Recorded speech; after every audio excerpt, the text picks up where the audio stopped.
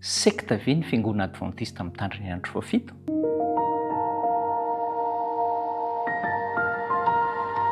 Ravoravo tafaraka aminao ary asaina am-pifaliana ianao, miarabanao aloha ary dia mirary ny fiadanan'ny tompo ho amintsika mandrakariva eto am-panarahana ny fiarahana mianatra ny soratra masina. Andesika aloha hivavaka ary. Ray tsaro mankasitraka anao fa omenao tombontsoa izay ahafahana mandinika ny soratra masina, ahafahana miaino anao, mandray avy aminao, ianao no ampahery, ianao no anitsy, ianao no hanazava saina eo ambanin'ny fitarian'ny fanahy masina amin'ny anaran'i Jesosy no anirina hifatratra izany. Amen. Tafaraka isika ao anatin'ilay hoe ny fiangonana adventista mitandrina ny andro fahafito, izay tena heverin'ny be sy ny maro hoe sekta.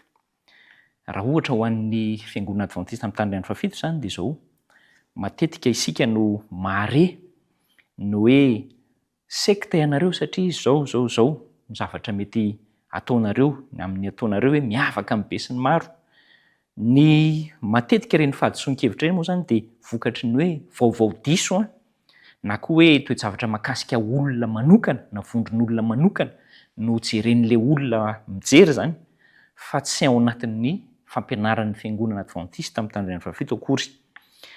Raha tsorina izany dia izao hoe ny vondrona tsirairay avy mihitsy sy ny fiangonana tsirairay avy dia misy olona miaina ohatran'ny hoe mandeha maneho mampasekta n'ilay fiangonana zany amin'izany vondrona tsirairay avy misy zany, ary mety tafiditra ao anatin'izany koa zany ilay hoe ny fiangonana adventista mitandrina ny andro fahafito.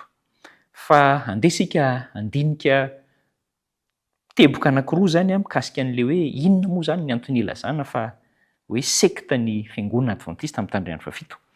Ny teboka voaloha resahantsika dia ilay hoe Hélène Goldwait.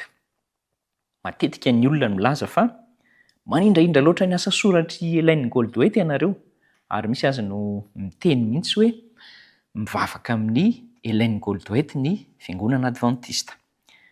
Izao no nambaran'ity mpanompona Andriamanitra Hélène Goldwait ity ao amin'ny asa sorany anankiray zany, manao hoe ny baiboly ary ny baiboly irery ihany no fitsipika iorenan'ny finoantsika. Tsy misy afa-tsy ny baiboly no fitsipika iorenan'ny finoana. Dia tsy maintsy zahana toetra araka ny soratra masina zany ny tahirin-kevitra hafa rehetra, ary tsy maintsy ny soratra masina no ambony indrindra amin'izy ireny. Izany no nosoratan'ity mpanompon'Andriamanitra vehivavy Hélène Goldwait ity. Faratampony amin'ny fahefanany baiboly io izy, ary tsy misy ambonin'izay fahefan'ny baiboly izay.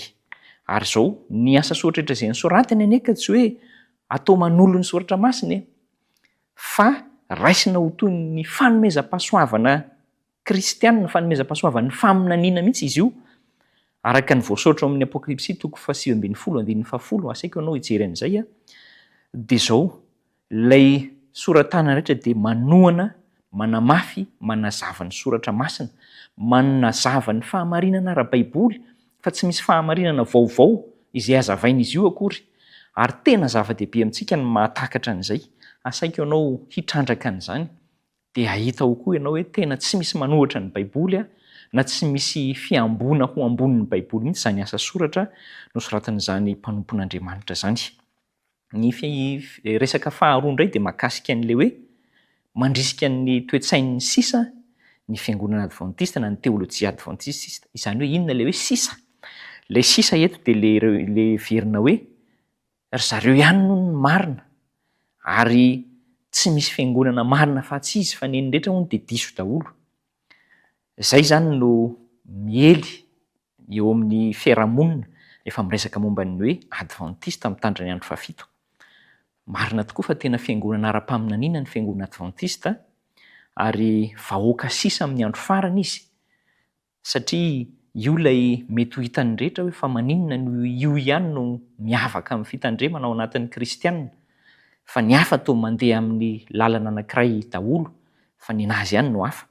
Fa izao kosa ny mpanaradian'Andriamanitra dia tsy hoe ao amin'ny fiangonana adventista irery, fa any amin'ny fivavahana hafa any rehetra, Araka ny soratra masina Jaona 1:12 dia mbola misy ondran'Andriamanitra ihany koa izay tena mivavaka amin'Andriamanitra fa mbola ho angonon'Andriamanitra ho iray ihany anefa ireo ary dia tafangona ao anatin'ilay hoe sisa izay. Izany hoe ilay sisa dia raisina mpanetretena fa tsy ambona hoe izay no sisa ary fiheverana fa tsy mendrika isika fa Kristy ny mendrika.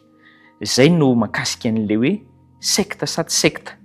Fa zao ny fitondrantena kosa tsy manava tena amin'ny olona ary tsy manao fivoriana miafokafona na mitaky sorona na inona araka izay heverana azy fa tena mandray ampony soratra masina manaraka ny soratra masina.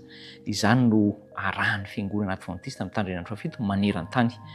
Manasanao handinika ny soratra masina bebe kokoa hatrany satria ao no ahitantsika any Kristy hivavaka isika. Mamindrafo aminay Tompo ary ampio izay mba tsy hanana fiheverany tena miopampana na hanana fitsarana mihoatra ny mety fa hanaiky ny sitraponao mandrakariva izay voalazan'ny soratra masina satria ny soratra masina ihany no ambony indrindra sy mifehy ny fiainana. Amin'ireo foza hay sy ity namako ity ampahirezo amin'ny anaran'i Jesosy. Amen.